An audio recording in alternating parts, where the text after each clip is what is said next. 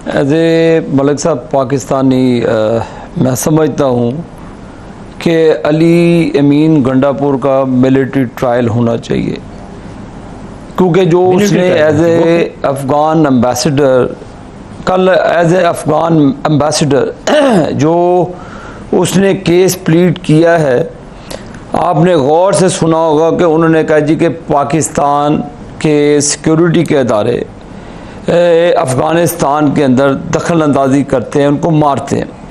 जब वो इनके लोगों को मारते हैं, गिराते हैं, तो ये फिर चीखते हैं। एक सूबे का चीफ मिनिस्टर ये बात करता है पीटीआई के बिहाफ पर अपनी पॉलिसी को, इसका मतलब है कि वो ज़ाती अना के लिए पाकिस्तान की सिक्योरिटी को स्टेक पे लगा देगा। मलिक साहब, इस पे कोई दो राह